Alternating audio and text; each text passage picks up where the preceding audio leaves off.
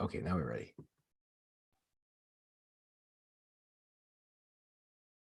Welcome back to Liberty and Finance. We're always glad to have this returning guest every Tuesday night for the weekly market update. Andy Schectman is the CEO of Miles Franklin Precious Metals. He joins us this Tuesday, March 21st, 2023. Andy, thanks for coming back on Liberty and Finance. Thanks for having me, Dunagun. I think I'm here. I feel kind of out of body, like I've been run over by a truck, but well, it's good to be here anyway. Appreciate you having me. I think the context for that many people may not realize is that all of the brokers at Miles Franklin and the administrators and the operations team and those who are processing financial payments and everything have been just getting hammered for the last 2 weekends and all the days. So it's about 10 days straight now, the phone ringing off the hook basically night and day, and with orders. And it's affecting the clients too, because our turnaround times, I mean, you can report on that yourself, but basically everybody's trying to cram through the door at the same time. And I still believe this is just the expanded choir, not really the full crowd yet. Yeah, it is. And it's exactly what we have been saying. You know, I've been saying this forever on your show. I mean, I'm the little boy who cries wolf. I should get a shirt or a bumper sticker or something, maybe a silver bar that says the little boy who cries wolf. But, you know, you can feel the wolf coming. And a lot of the things that I talk about are just not because I'm enlightened or that I'm any smarter than you or anyone else. I've just been doing this longer than most people for 33 years. And I know what I see in the wholesale industry, and I can feel the vibe within the retail public. And as I've mentioned to you and others that I've done shows with recently, that in February of 2021, Dunagun, I would have thought that what we saw with Silver Squeeze would never be matched, rivaled, repeated. I couldn't explain it to people.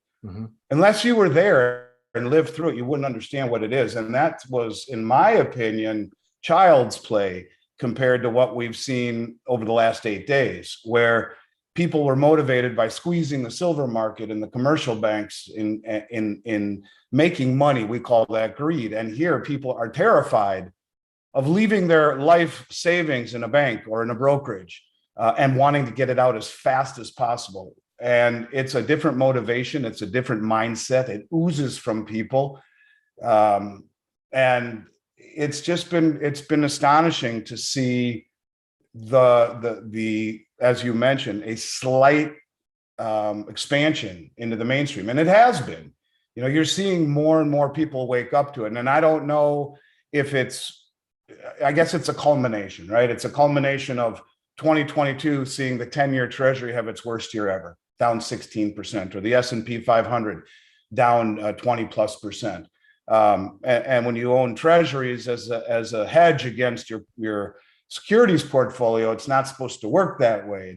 They always were inversely correlated, not any longer. Remember, we've talked about they've lost that inverse correlation. So in this rising interest rate environment, they both got hammered last year. And maybe it's the ineptitude of our current administration doing things that are just beyond the scope of understanding. And I look at it as embarrassing in many ways, the things that they are doing to this once proud country. They're eviscerating it from the inside out. You know, we could get into a whole nother discussion another time if this is intended or not. The decisions that they are making are either completely idiotic or they are well thought out and intended to create this destabilization, this craziness, not just here in the United States, but the ramifications are spreading out around the country, around the world rather. Our neighbors to the south just formally applied to BRICS, and it's a long road for them to get there. But when Mexico is joining the BRICS, I think we all need to, you know, take a quick look at that. And of course, we talked at length about, you know, last time, Jim Willey talking about Japan rumored to join BRICS, and I'm reading rumors of Australia and New Zealand joining BRICS. This growing chorus, this growing union of countries that are moving away from the idiocy and the hegemony of the West. And I think it's beginning to show. And maybe people are waking up because the states are waking up, Missouri and Wyoming and Idaho and Tennessee and Alaska and Mississippi and Kansas and all of these states that are either, all of them removing their state sales tax, minus the few dum-dums that still charge state sales tax on metals, but also acknowledging that gold and silver should be in part of the state coffers as money instead of dollars. And I said last time on your show, the representative from Idaho standing on the legislature floor saying we need to allow our citizens to do what the central banks are doing, and that is to de-dollarize and buy precious metals. So you have a growing awareness, whether it be through osmosis with all the craziness around us, politically, geopolitically, economically, and any other craziness that you can throw into it. I mean, it's everywhere. Or maybe it's the states, or maybe it's the BRICS, but it's starting to permeate. And it's a different feeling right now. People have no interest in getting wealthy. And that's when I know it's different. People don't call me and they don't care about, they say, well, I hope it goes up. I just don't want to lose. I mean, I've heard that 1,000 times in the last 8 days. And as a company, Dunagun, we did over 10% of what we did last year in a week. We've done over $80 million in sales in a week. And I mean, that's unheard of, really. And this is exactly what I've been trying to say to everyone for a very long time, that, and mind you, there have been years where we've done 80 million, right? We did it in a week. And this is what I've been trying to say to everybody about the market ultimately being defined by an inability to source product. This is with a little bit of the public jumping in fearfully. But what happens when it's 5 or 10 or 20%? And all of those people will get nothing, or they'll wait forever, pay massive premiums. And so this is not about talking the book. This is not about anything other than I can guarantee that is what will happen. And if it's this crazy now, when this represents, but okay, let's say maybe it's 1% allocation instead of the 1/2 that Rick Rule and I have been mentioning for the last 5 years. Maybe it's 1% or 0.75%. And it's insanity. I would say to you, this is just the very beginning. One of the things you just mentioned there was the motivation, what's driving people. Anytime we take purposeful action, there's a driving purpose behind it. And one of the things I've noticed is it used to be people, asking, have you got the best price, or have you got the can you lock in this order? But now they're saying, since we're getting a little bit behind with some of our transaction processing, they're saying, hey, I sent you my bank wire and I got the money out of my bank. That's the thing that I'm really concerned about. My main concern is getting the money out of the bank. That's one of the most remarkable things that's never in my time as a broker been the #1 priority. But that's what I'm hearing from so many clients today. When I tell them we're having some administrative slowdown, they go, well, okay, at least I got my money wired to you. I got it out of my bank. Yeah, well, I mean, look, I'm almost embarrassed to admit this, but Sunday night, a week ago, when who knew what was going to happen, I emptied out one of my banks. And I'm the guy that's been buying gold and silver for 33 years every 2 weeks. I'm the guy that owns one of the biggest metals companies in North America. I am not the poster child for Finance 101. I am so not diversified. Yeah, you're concentrated. Yeah. Concentrated but I don't know, there's something in my soul that is telling me this is the right place to be. I am certainly drinking my own Kool-Aid. And I will tell you that I've been this way for 20 years, right? And I've never lost a minute of sleep. I lost out on profits. I wasn't the smartest guy in the room when it came to increasing my wealth. But I've seen this coming, and I didn't want to play. Every time I went outside of what I knew and understood, it just never felt right. It never worked out. And I think this is the old case of the tortoise and the hare. And you can lose more money in a weekend than you can make in a lifetime if things really get ugly. And,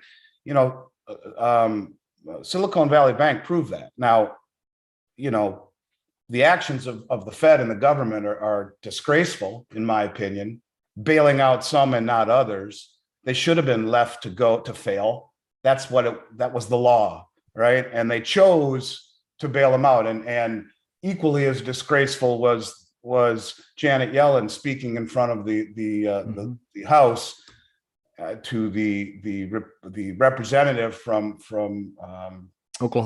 Oklahoma saying, you know, well, hey, if one of my constituents loses $5 million in a regional bank, will they be bailed out? No, she says. Well, what the hell do you mean no? You just bailed out Signature Bank and Silicon Valley Bank. What are you talking about? Well, it's going to take a super majority member of the supermajority the FDIC. Yeah, from the FDIC, the FOMC, and me, Janet Yellen. And you're judge, jury, and executioner right now. So, you know, think of what that says to these little banks, which have been the backbone of the small businesses around America, which have typically represented north of 40% of GDP in this country. The farmers, the small businesses, all throughout. I grew up in Minnesota, and so did you. And you know, you get just a little bit outside the Twin Cities, and you're in the sticks. And these little banks, well, they're the lifeblood of those communities. What's going to happen when everyone fears for their savings, the capital for their business? They're going to pull it out and throw it all at the big 4 or 5 commercial banks. They're going to destabilize these banks who have very little, if any, in the way of reserves. Nothing in the way of reserves, because that was the deal that was made during the pandemic. No reserves. And so all of these banks, when we would make deposits and get 0.25% in our savings account, well, they were loading up on treasuries at 2% and mortgage-backed securities at 3%. And those, if they were carried to maturity, they'd get their money back plus the 2%. The problem is they don't have any reserves. So when the people come and say, give us our money, we're afraid, give us our money, they don't have it. So they have to sell those assets, which on the balance sheet are marked at par, which is such crap. It's unbelievable. They don't mark them on their balance sheet to what they're really worth until they have to sell them. And if they sell them, they've been eviscerated by 50% or more. And in 24 hours, bang, it put 2 banks out of business. And what she has done by saying this has created a tremendous amount of anxiety amongst everyone who's not in a major bank. There's 5,000 of these small banks. And it's just more of these stupid decisions that our leaders keep making that make me wonder what the hell is happening to this country.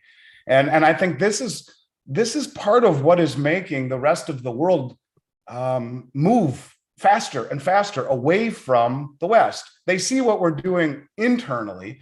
They see that we've been a bully and that we have been hypocritical, where we can go in and destroy Iraq in pursuit of weapons of mass destruction, never find them, but it's okay. And the rest of the world says, well, hold on a second. You know, if this was us or them, and they did that, well, they'd be kicked out of SWIFT and sanctioned. So maybe we ought to join with the larger group of countries that are forming this alliance based on mutual cooperation and benefit, where a country like China goes into all of these countries like Saudi Arabia and builds more oil refineries and bridges and roads and railways to get to other countries, brokers peace deals between Iraq and Iran, for God's sakes.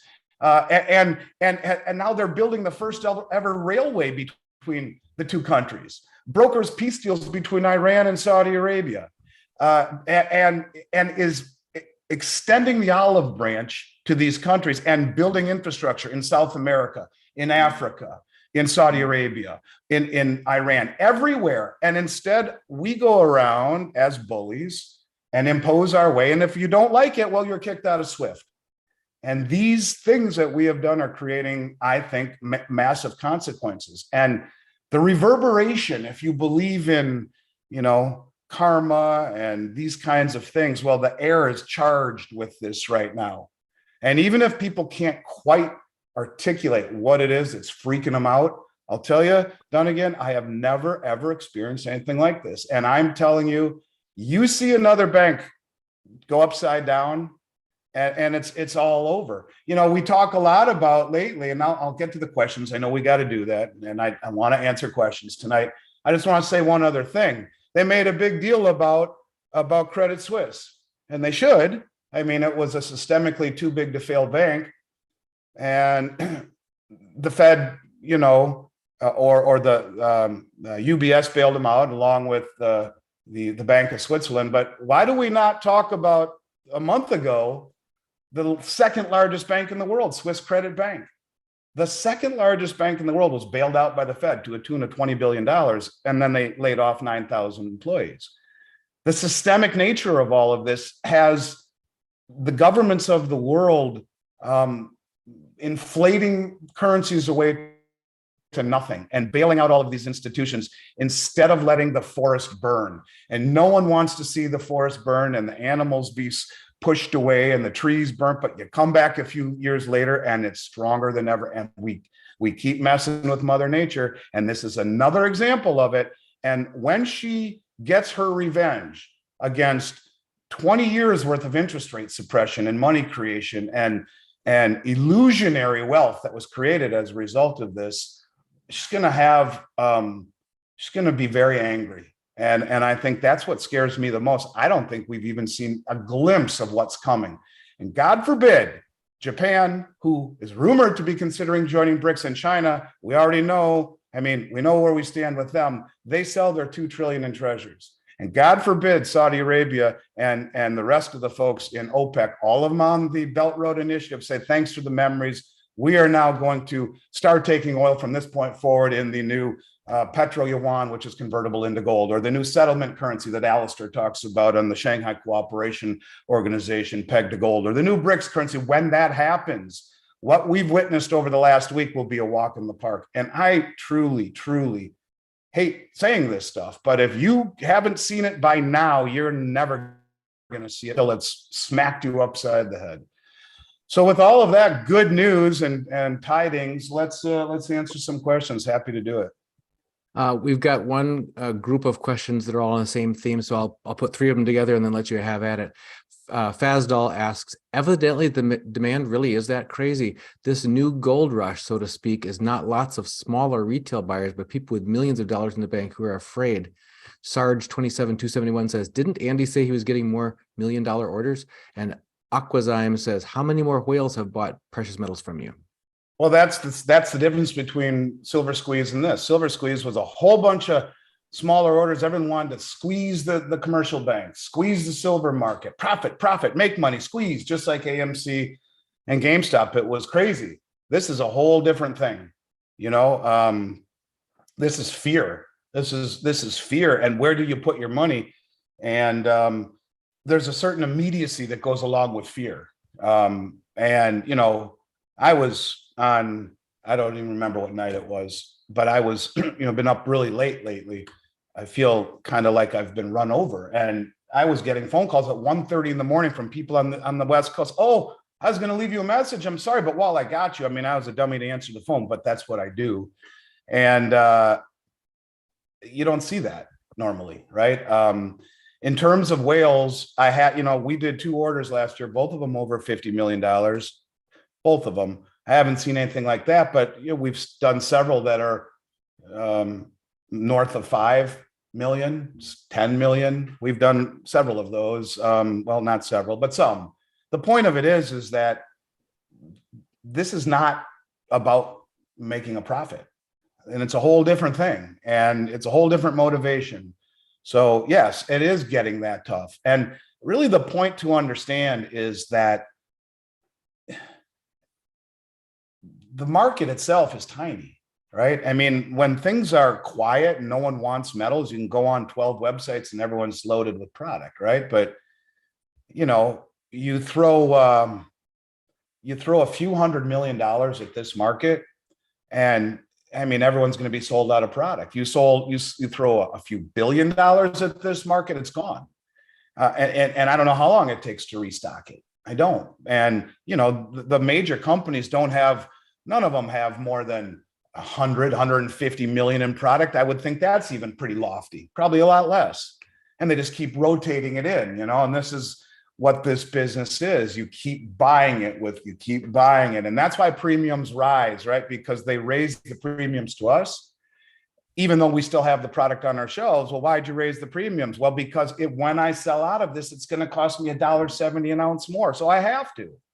So this is what's happening. It's not like we just have unlimited amounts. It's that we continue to buy it as fast as we can. And if you're one of the major companies, you're up at the top of the food chain. They're going to want to sell you the product because they know you pay immediately and you never screw them. The smaller companies, the coin shops, they're out of product. They're not getting anything. And because that's how challenging it becomes, like that. And that's what I've been trying. And, it's so funny because it's amazing. Like in a golf swing, when you're taking a golf swing, how many things go through your head from the backswing to the time you hit the ball? It's like a million things can go through your head in a matter of a second and a half. Well, when I have these conversations with you and I say these things, I'm thinking to myself, they all think you're full of crap. They all think you're just trying to get them to, you're just trying to get them in the door, but I'm not.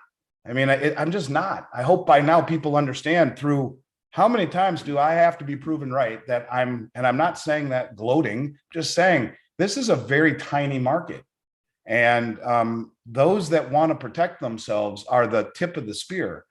And most of the people out there that you all love, well, they're going to be caught completely blindsided because they thought you were fools for having these beliefs all these years and laughed at you. And why would you buy gold and silver? Well, the old saying, he who laughs last laughs best. And you don't want to laugh at people's misery. But, the thing that is really blurring the reality of everything is the government keeps coming in and changing the rules and manipulating more and angering Mother Nature more. And when she has her way, which she will, all debts have to be paid at some point, either by the borrower, whoever's borrowing it, or the person who's the lender, whoever's giving the credit or taking the credit. One of them's got to pay for it in the end. And we're going to have to pay the bill. And that's, I don't know. I think that's what this is all about. People are waking up and they're terrified. Another group of questions. I'll say them first, and then maybe we can take them one at a time. Jake's Custom Parts says, question for Andy: what's the supply of 2023 Silver Eagles looking like? Bandiabal says, will there be silver to buy in a few weeks? And Robert Furter says, premiums are going up. So looking at supply of Silver Eagles, silver at all, and premiums going up. The one more in there was, do we have 1,000-ounce bars to sell, was the other question. We have thousands. Eagles, I looked today and they're almost 3 weeks out. Well, what does that mean? That means that we've been promised by the mint and the main suppliers that we'll have them in 3 weeks. Well, let's hope that that's the case. The backdated Silver Eagles are all but as rare as hen's teeth. And so who knows? Junk silver, we had tons of it. Can't find it now. What was the second question? I'm sorry. Will there be silver to buy in a few weeks? And who knows? I know that's, that's exactly who right. knows? I mean, there always has been. You would think there always will be, right? Well, who knows? I mean, remember that 4 of the 6 mints are outside the Atlantic, on the other side of the Atlantic. And those mints are the people in those countries, in Australia, and in the United Kingdom, and maybe not as much in South Africa as they're joining the BRICS, but Austria. Now, these countries all are being affected. The European Union and the UK. Well, I mean, they're basket case too, and their people understand exactly what inflation is and what's happened. Look what happened in the UK. They're worse. They've been worse off than we are, or maybe not. I mean, but certainly just as bad. They're all understanding why you need precious metals. The whole world is competing for a tiny supply of gold and silver. And, and then you look at what's going on with I've talked a lot about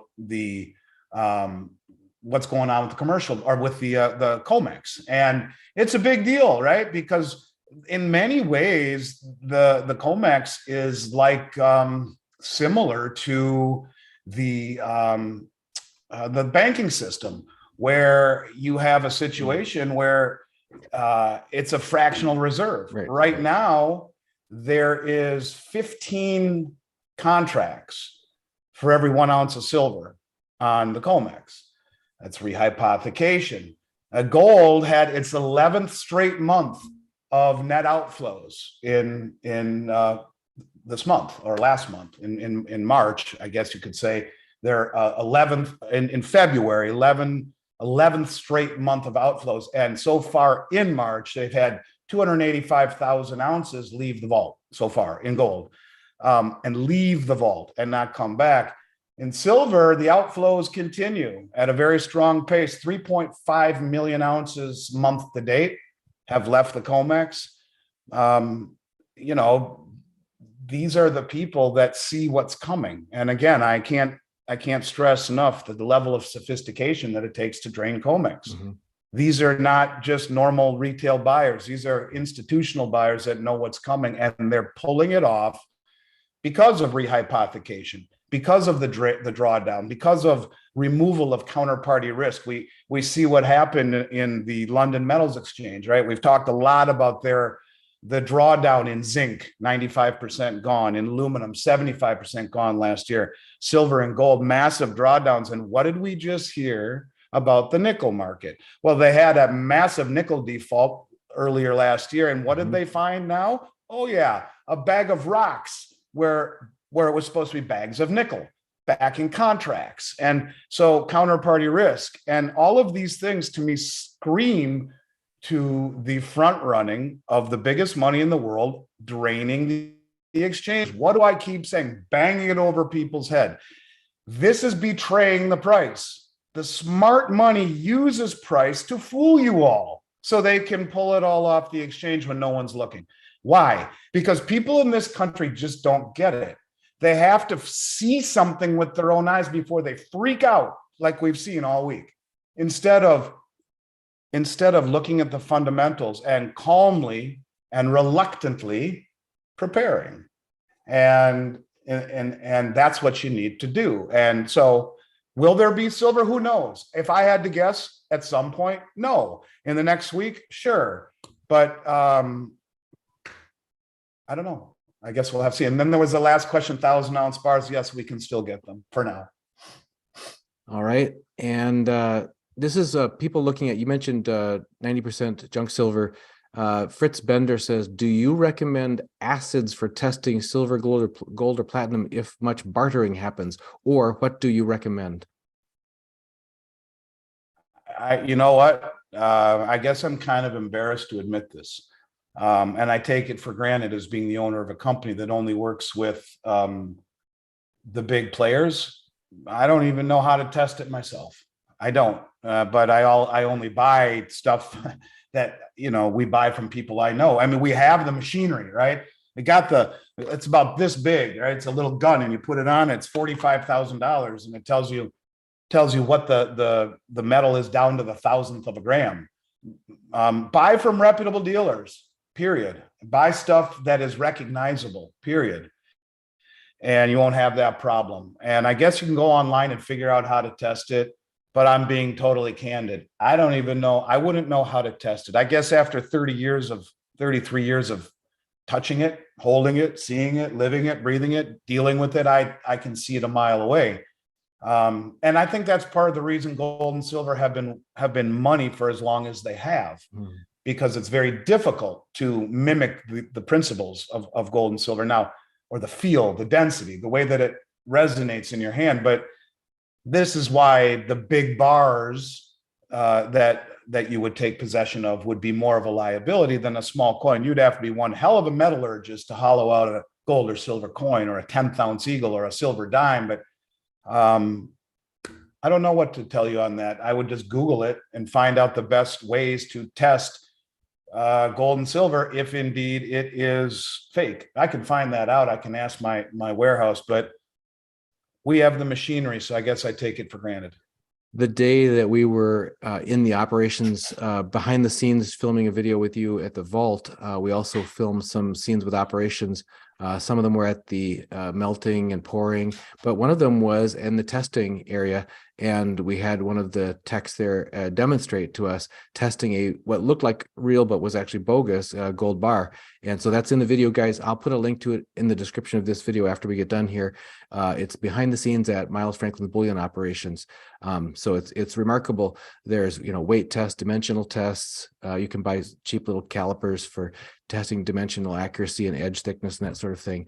But there's also the electromagnetic scanner that Andy referred to that our operations team have and use as well and have detected. I like your answer way better than mine. So thank you for that. Yeah, sure. I know we were there at the same day, but you were doing different stuff than I was. So. Okay. Let's see. The next question we have is, well, back to that idea about whales making purchases. The people are curious about, and there was another comment in here. I think they were echoing George Carlin's statement that it's a big club and we're not in it. They said silver stackers are a small club, but we're all in it. said the person. But the question is, what about these larger buyers? You mentioned people concerned about not losing out on major nest eggs that they have currently sitting in bank deposits. And you mentioned some of the scale of the size of those orders. Is there any tendency of a focus? Like, we knew that there was a very large order, half a year ago or whatever, where it was like all made in USA from the US Mint, old gold and junk silver, that sort of thing. Any particular product focus you see consistency across some of these larger orders? One of the biggest orders we did just the other day was 5.5 million, and I believe it was almost all of it in Royal Canadian Mint 100-ounce silver bars on the silver side. In terms of gold, almost all of it has been in gold eagles and buffaloes. Almost all of it. I mean, there's been some gold bars too, but the gold eagle is not stupid priced. I mean, it's higher than everything else, but it's not stupid like the silver eagle. And I just don't understand what's going on with the silver eagle. And I would have a very hard time recommending that anyone spend millions of dollars on silver eagles at these prices. I really would. As much as I love them, I mean, it makes you wonder what the heck's going on with the mint. Why is it that we can get Kangaroos, Krugerrands, Philharmonics, and Britannias for $8 an ounce less than the American Eagle?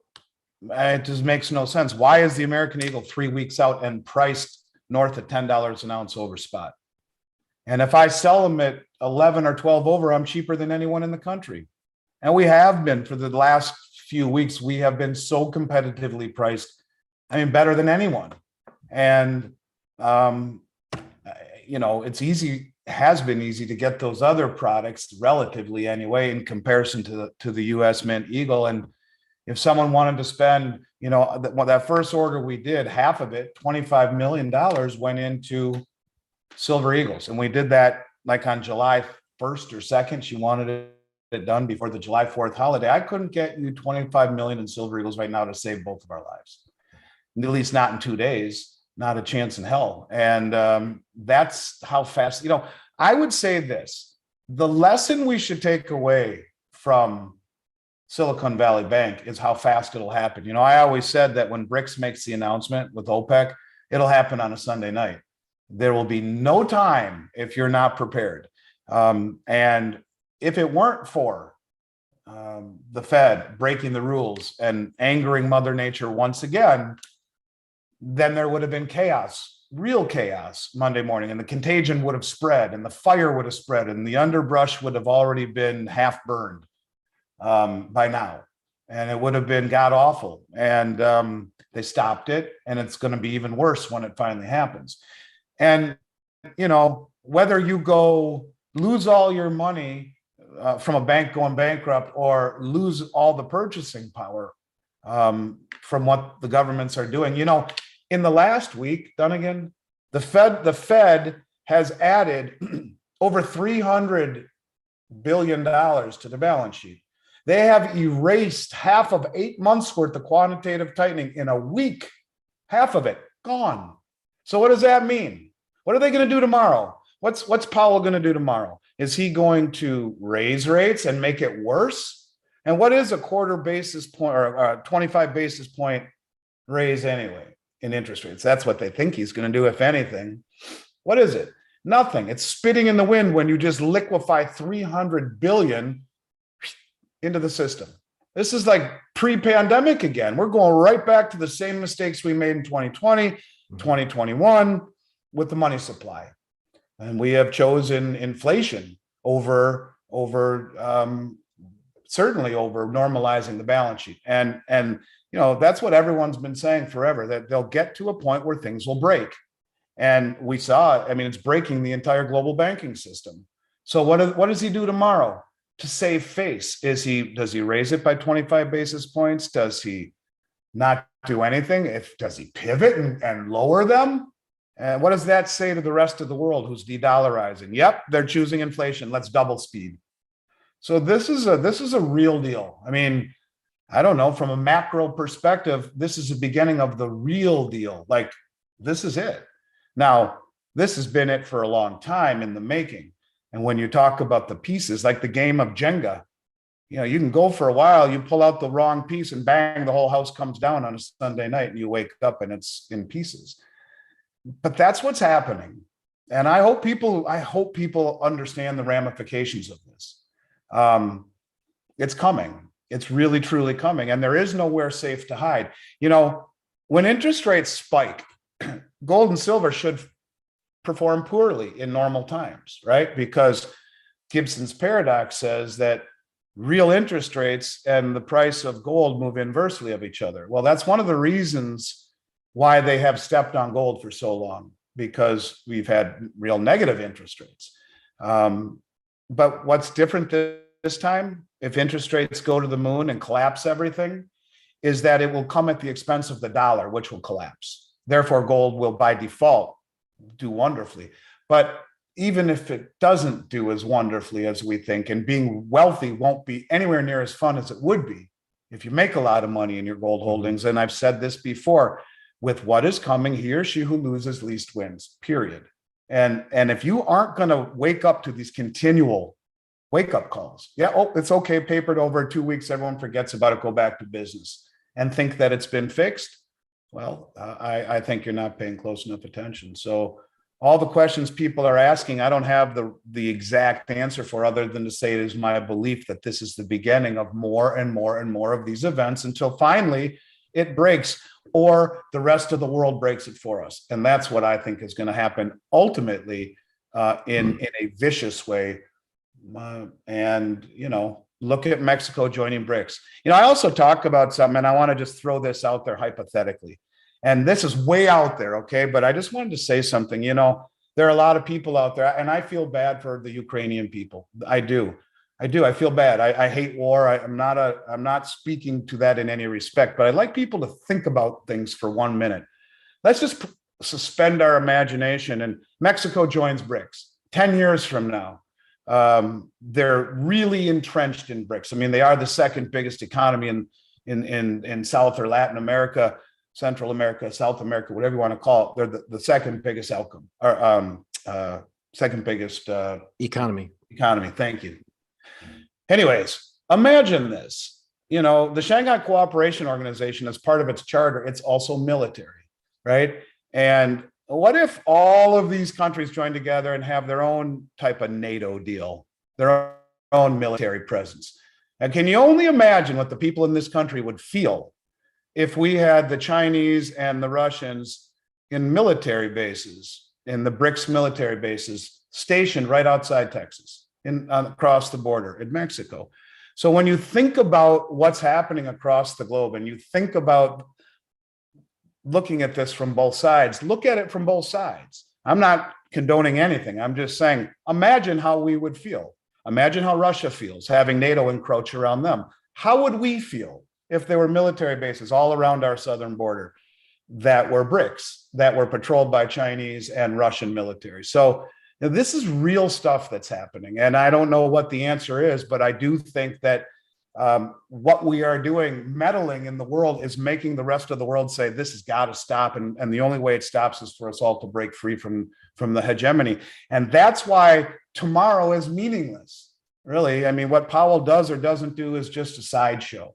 What the rest of the world does, because we have squandered our good graces. We have squandered our good graces with most of the world. And I'm sure a lot of people like the Americans. They hate our administration, and our administration is leading us down a road to ruin. Yeah, that was a theme you started with way back in the beginning, and it really reminded me of back when we were raising our kids, and I was focused much more on our inner life than on the outer world.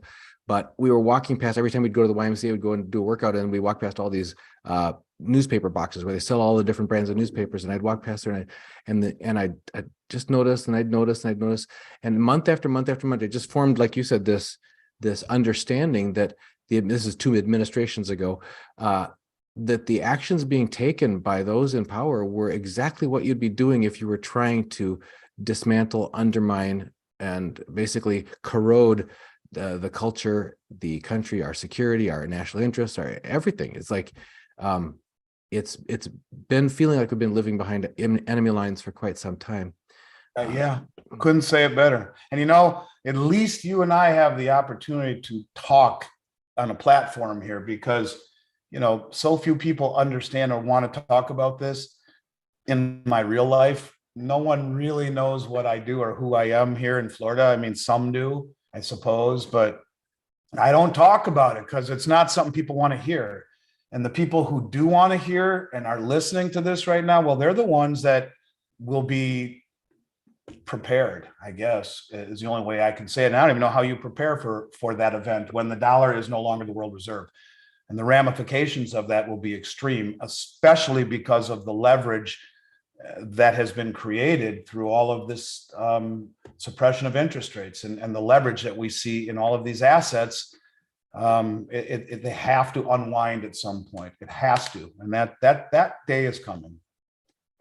A few moments ago, you were talking about how the expansion of those who are now purchasing is no longer just the 0.5%. That's maybe a little fraction more than 0.5%, but it's certainly not where it's going to go. One of the things that I can correlate that with is the people who used to call all the time, the regular stackers, were saying, yeah, everyone in my family thinks I'm crazy. Everybody just thinks I'm a lunatic. I'm a tinfoil hat wearer. Okay, now let's get down to what I need to purchase. Now they're calling for mom and dad and sister, right? Yeah. Now they've got the other ones on the phone. Yep. They're handing them off. They're in the room together, and now the families are talking to them. But there's still on each phone call, there's somebody who says, yeah, people think I'm crazy. But the point is, we're not getting calls from people who don't say that. So we're still just on that growing fringe of the people who were always the ones that people thought were crazy. So, and what's even worse is that just about all of these financial advisors, none of them have lived through a really tough time. In 2008, when the market fell by 40%, it did it in a day or two, and then they threw so much money at it. They've added $9 trillion to the balance sheet since 2008 that it wasn't a bad time. It was just a blip, a hiccup. And you hung on, and it always gets better. And that's what they're telling these people. It always gets better. Just hang on.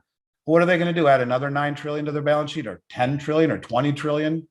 At what point does the rest of the world say, we do not want your dollars anymore? They're worthless. They have regressed to their intrinsic value, and that is a piece of paper, worthless. Mm-hmm. And all currencies, all fiat currencies inherently are meant to die, all of them, and they all have, and they all will. And that's why this system, this new system, will have gold backing. And that's why the IMF said in a report recently, gold, a barbarous relic no more, an international reserve. That's why the BIS reclassified gold. That's why the central banks are buying more than at any time since 1967, the second most in history. And in January, that number was up almost 200% month over month from December. So the trend is really continuing. That's why COMEX is being bled dry. That's why the LBMA is being bled dry, and yet nobody is paying attention. But me and you and a few others screaming the same thing over and over and over again. God, he says the same thing all the time. I do. Wake up. That's all that matters. Nothing else matters. And I just wish people would understand that. We have a group of questions all around premiums. People are mystified by premiums. I know even as a broker, it's very difficult for me to explain to people why premiums change. The only thing I can come back to is supply and demand of a particular product at a particular time, and that's separate from the spot price. But you can give us more input in that.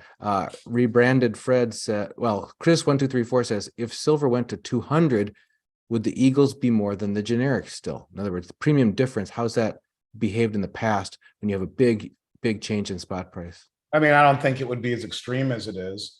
And, you know, ironically enough, let me do one thing here. I gotta look at my calculator. 1941. With gold right now at 1941, you divide it by 7, you get $277. It's not outrageous for him to say that. I mean, it's not. It's coming out of the ground at 7-1, period. It's a depleting asset. Yeah, it could be $277 tomorrow if 4 banks weren't suppressing the hell out of it on COMEX. Would the premiums be that high? Doubt it. I'm sure anything would be super high. And it's just, again, it's another distortion by suppressing the price to the downside. And you have to ask yourself, why take so much energy to suppress metals to the downside when they allowed everything else to go parabolic? Because what it is, or what they are, is it's a lens into the fragility of the system. You can see it's pulling back the curtain. It's the emperor's not wearing any clothes. It's the little old man behind the curtain. That's the Wizard of Oz. This is why they go to such great lengths to suppress the price. But just like pushing a beach ball underwater, you keep pushing it, it's going to pop up and smack you in the chin. And that's exactly what the price of silver will do when it is allowed to freely trade, because there's just not enough supply. There's not enough supply on COMEX backing the contracts that are 15 times rehypothecated. So that's going to happen. Now, what's going to happen to the premiums? The what if questions are very hard to answer. I will simply say this. My US Mint accreditation and being a reseller is one of my greatest achievements and makes me super proud. But I can't in good conscience even buy them myself. They're too expensive. So maybe as the price gets really high, that premium comes down because people just want anything that is silver. There's a certain segment of the public that just doesn't care what the premium is. They'll buy them no matter what because they just want Eagles. And maybe they'll be proven to be the smart ones. I don't know. But when you're talking $8 an ounce, when you're talking 30+% of the value, it's hard for me to recommend it. So rebranded Fred says, who sets the premiums? What premiums are the East paying? Okay, 2 completely different questions, but in our market, who sets the premiums? The primary distributors. There's a handful of them, the guys that do all of the importing from the big mints. They're the ones who take the risk to begin with, and then they sell them to the companies the handful of companies who have big accounts with them, who pay very fast, who will pay upfront months in advance, who have proven to be good partners in business. And they know based upon how much they're getting, if they're told by, let's say, there's one very large Valcambi importer here in the United States. And let's say Valcambi says, hey guys, we're out. We're sold out of product. It's going to be months before you get any more. Well, I mean, that's supply and demand right there. So if they know that, they're going to jack the premiums up. And then they pass them on to us. So we have to pass them up. And they will tell us in real time, hey, you may want to place an order because we've been told that premiums are about to go up. Availability is down. And so we jump in when we can. This is not something that's done arbitrarily by us, the retailers.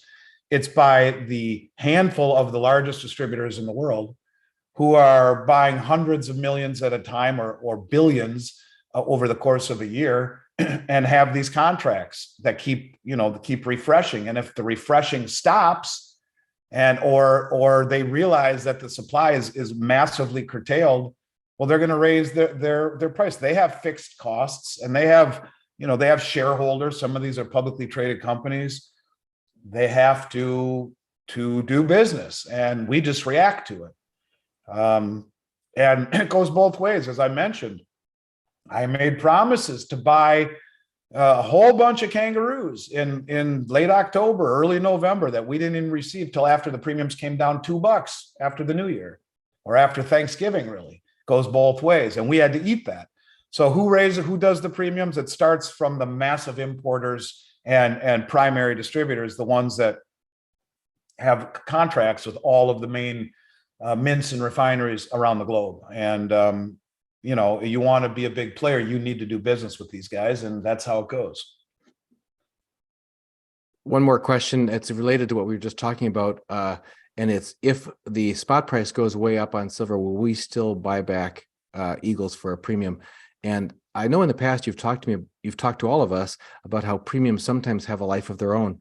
Last fall, the spot price wasn't particularly high or low, but the premiums on Eagles were going crazy from when we were all flying home from the Rural Asset Symposium in Boca Raton, Florida. We were buying back Eagles for, at that point, it was like 10 and a quarter over spot. It got up to 11 and a quarter, I think, in the next month after that. So what factors do you see that were driving these rather wide swings in premiums, regardless of spot price? It's just the demand and it's the lack of supply. And on a coin like an Eagle, I mean, there has to be a very big spread too. People need to understand this too. Well, if you're only buying it back for, $7 over, but you're selling it for 11, well, that's not very fair. And I would agree, it's not, it sucks. However, if I say to that one of the two big orders I did, one bought almost 1 million ounces in American Eagles. What if she wants to sell those to me? And I give her $7 million in premium. And then all of a sudden the mint says, oh, we've been producing a whole bunch. We were going to surprise the world. Here's 40 million of them. And the premium just collapses. Well, I'm done. I'm out. I'm screwed. Millions of dollars. You have to have a big spread. We will always be in line with what the industry is trading at. And we typically have the best bid prices in the country. I can't tell you what the future is going to look like. If anything I've learned over the last few years is that you have no idea what tomorrow may bring. Tomorrow's not guaranteed for any of us, nor is the outcome of what this market will look like. And nor is it, we have no idea what the government will do. I don't think they'll confiscate, but maybe they raise taxes on it. Who knows? Who knows?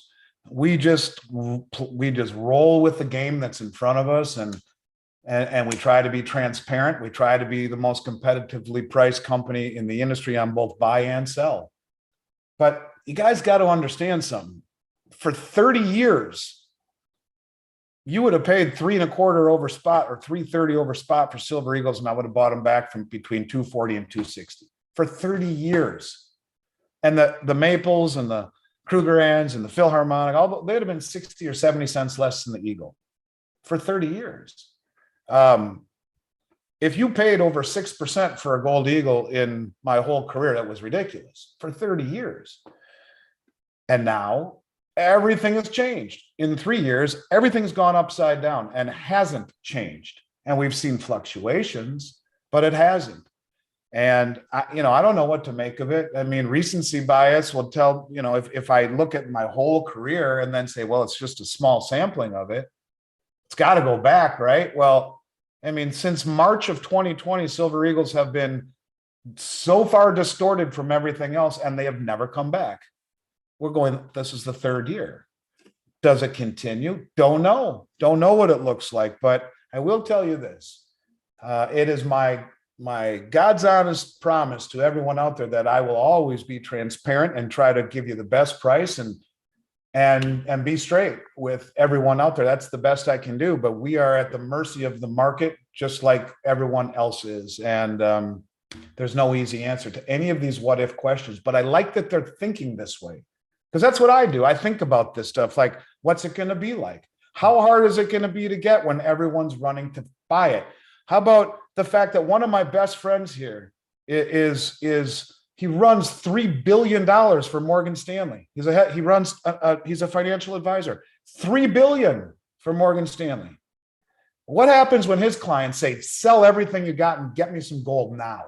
I mean, is that going to happen? Don't know, but what if it does? That's just one book here in Southern Florida. One book, one guy. What happens if that is all throughout the country? In one day, everything that you think about this industry is rendered wrong in one day.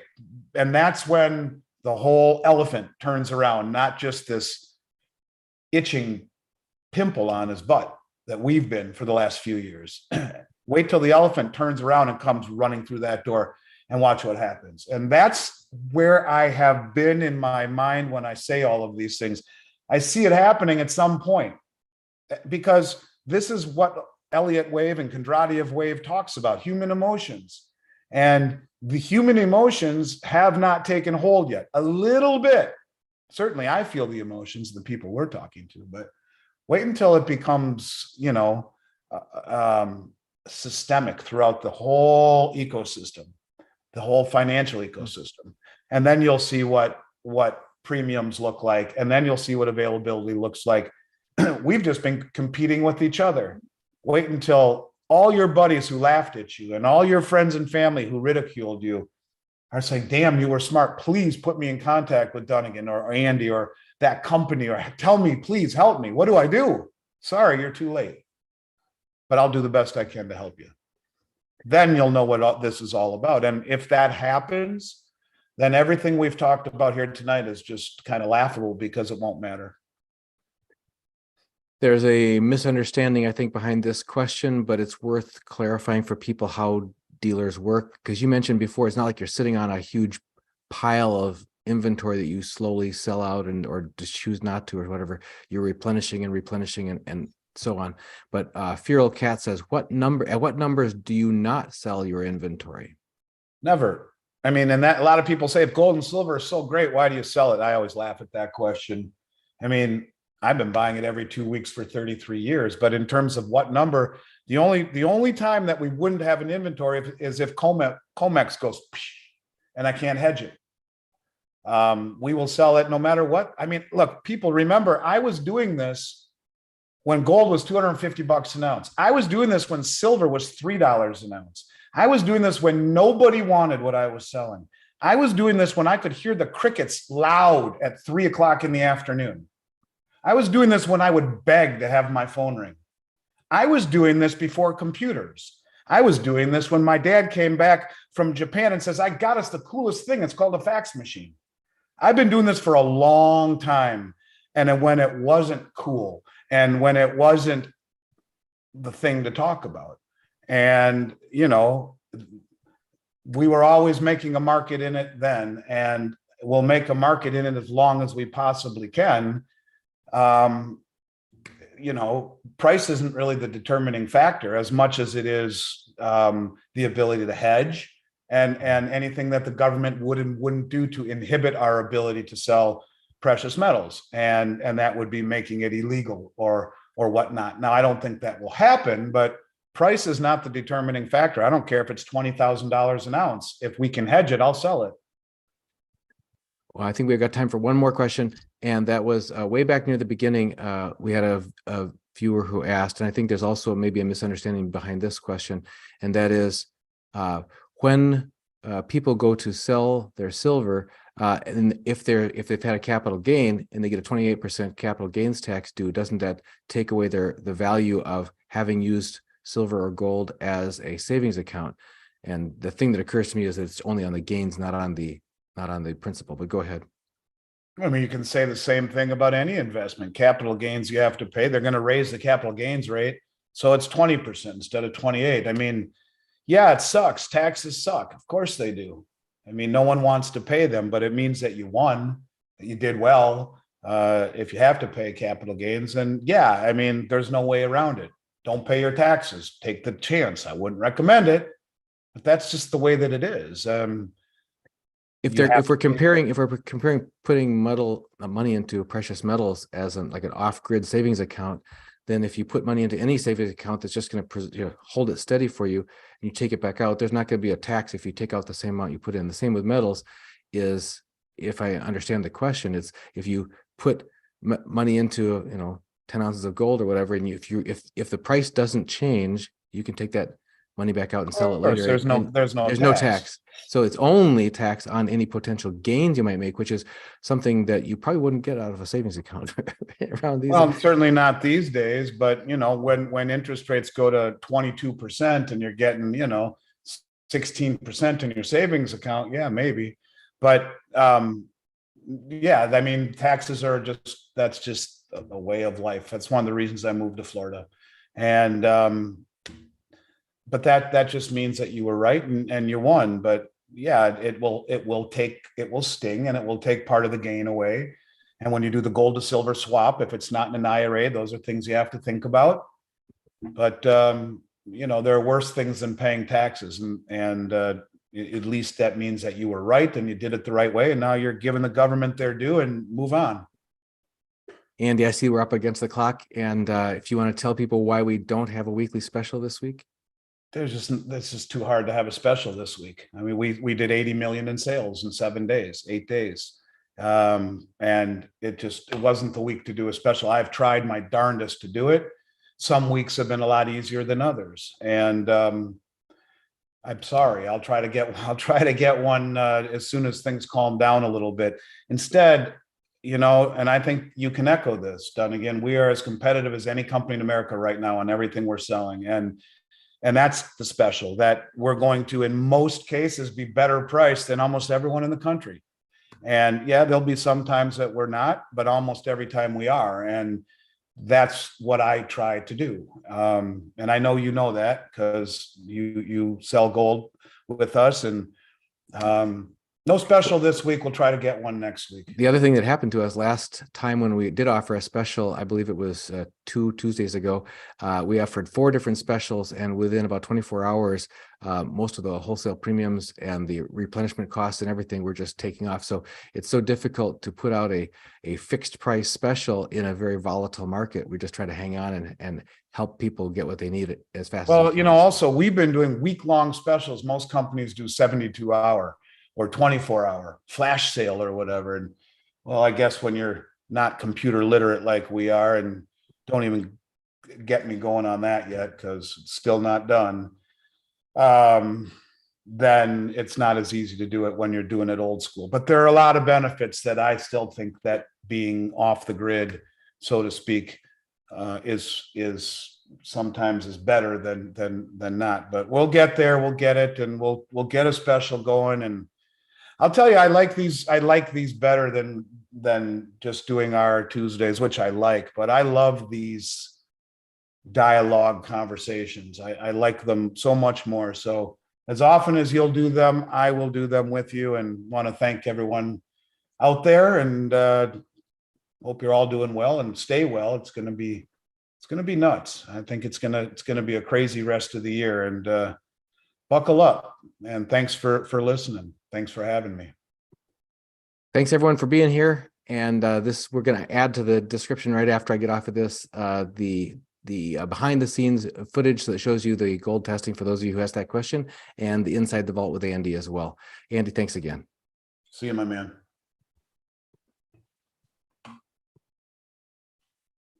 Okay.